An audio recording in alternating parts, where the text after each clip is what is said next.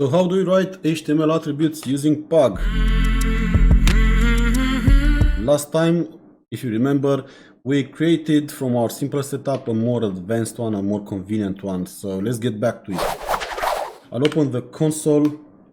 If you haven't closed the process, well, you don't have to do anything. Otherwise, you'll have to do npm start. And basically this will watch for changes in Pug as well as open a browser. We are not that interested right now in the browser. Let's just see how we can write HTML attributes in Pug. So in this SRC, I'll create a new folder and I'll call it attributes. And in here, I'll create a new file, attributes as well, attributes.pug. Okay, and over here, I'll just say div test. And basically, if I go into TMP, into attributes, I'll see this attributes HTML file. Let's split it and then close that Explorer, and we can see that this div test is converted into this one over here. So let's see another example. Let's create an A tag. And in order to do attributes, we want to open parentheses, and let's do href equals https whatever /google.com, and that's like that. Give me a second. Let's split those horizontally. Okay, so it's easier to see right now, but those ones are one after the other. So let's see how we can control this one. Let's try the pipe here. What happens? Maybe another one. 2 pipes. Yeah. So with 2 pipes, we can make them on new lines. Okay, let's see some other ones.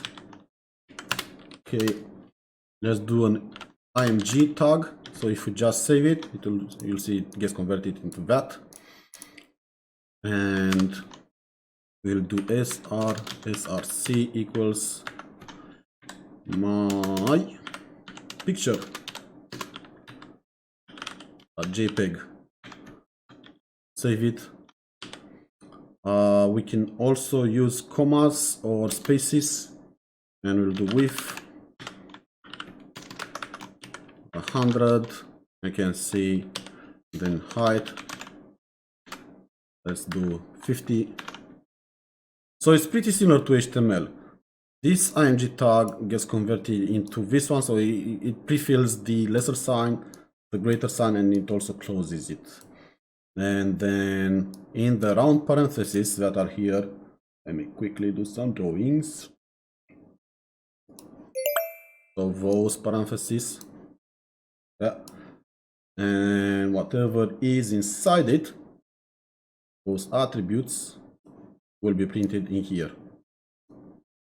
So now this is how I do attributes with Pug. Let me also show you another example. I'll open this one over here, and I'll do a new file, multi-line attributes.pug. Okay, so if I save it, you can see that into TMP, another multi-line attributes HTML has been generated. Now I'll keep the PUG on top and the HTML on the bottom. So let's say you have a meta tag, right? And the name is description. You can see it being generated over here. And then the content is Pug is an awesome template language for HTML.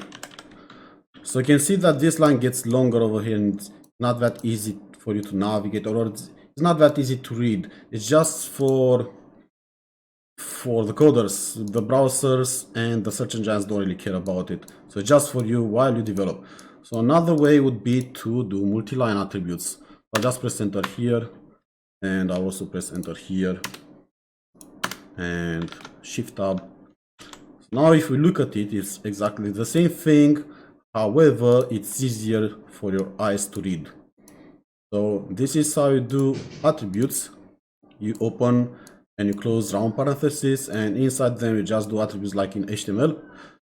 And this is how you do multi-line attributes. With that said, I'll see you in the next lesson where we'll talk more about attributes in Pug.